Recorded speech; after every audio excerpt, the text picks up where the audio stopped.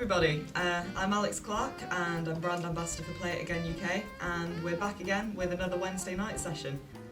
So today the plan is to play you a couple of my favourite transcriptions and also to answer some of your questions. So yeah, let's kick things off. So the first question that I've been asked is, how do I approach people who I want to start gigging with? Now there's kind of a short answer to this, and that is literally just ask. You know, it's how I got going down to local jazz clubs and asking to sit in with players who were far better than me and who I totally didn't deserve to share a stage with. And then gradually things develop and I end up starting gigging with them. And, you know, it's amazing what people will do for a gig fee. The worst they're going to say is no. So if there's someone who you really want to play with, then just drop them a message and chances are they'll be up for it. Next question we've got, who would I like to collaborate with? Wow, there's so many people that I'd love to share a stage with. Top of the list, however, it's got to be Scott Hamilton. I go on about him all the time, and rightly so, because it's so swinging, melodic, etc. I saw him live twice last year when he was over in the UK, and when he came to play at Worcester, I was literally sat like 3 metres from him, and it was such a brilliant, intimate gig. I went up and spoke to him afterwards, and you know, you just want to tell someone how influential they've been to your playing and, you know, how much you think of them, but then you'd end up just sort of sounding like some strange amateur fangirl. So yeah, I went up to him, bought a CD, told him what a great gig it was, and yeah, went home. So yeah, Scott Hamilton, definitely would love to play with him at some point. Now's actually a good time to play the transcription. This is live recording of Scott playing at L'Espace Bertet. I don't know where that is, don't know if I'm saying it right. But yeah, this is him playing Cherokee, and the tempo isn't too ridiculous, so hopefully I can keep up with it.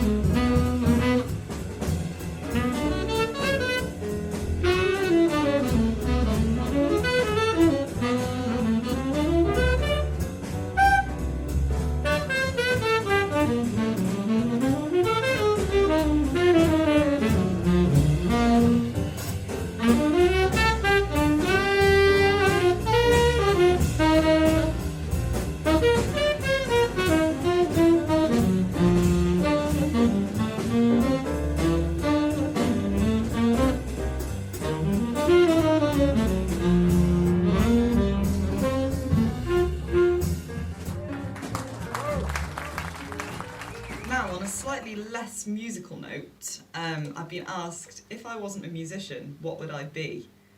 Now that's really hard because ever since I was like 10 or 11, being a musician is all I've really thought about. I remember when I was really young, I wanted to be a vet, grew up with cats, loved animals, but then I got to school and found out that I actually really despised science, so that probably wasn't going to be the profession for me. One thing, well, two things that I'd definitely do would be I'd join the army or the police force. I've always enjoyed kind of living dangerously, taking risks, and I just like the idea of doing something good for others and getting a bit of an adrenaline rush at the same time.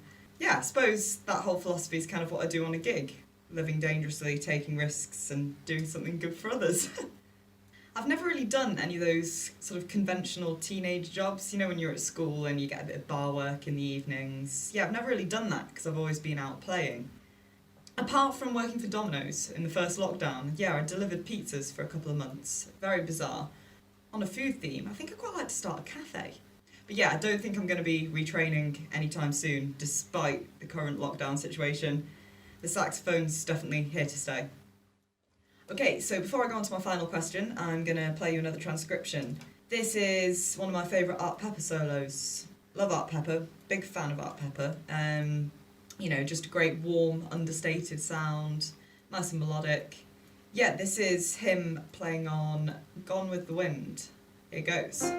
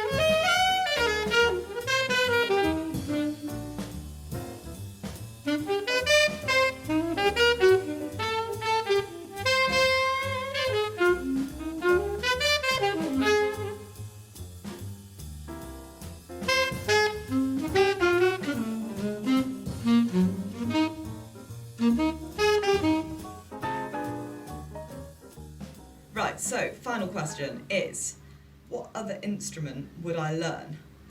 Well, I think I've probably got enough already. However, when I don't have any motivation to play the sax, I really enjoy sitting down at the drums and just having to play along with some of my favourite tunes. You know, it's so liberating not having to actually worry about how good something sounds, because I have no real need to improve at the drums, purely an enjoyment thing. Instead, you know, it's great just to forget all about harmony for a bit, because as a horn player, I spend my life worrying about changes and all the harmonic side of things.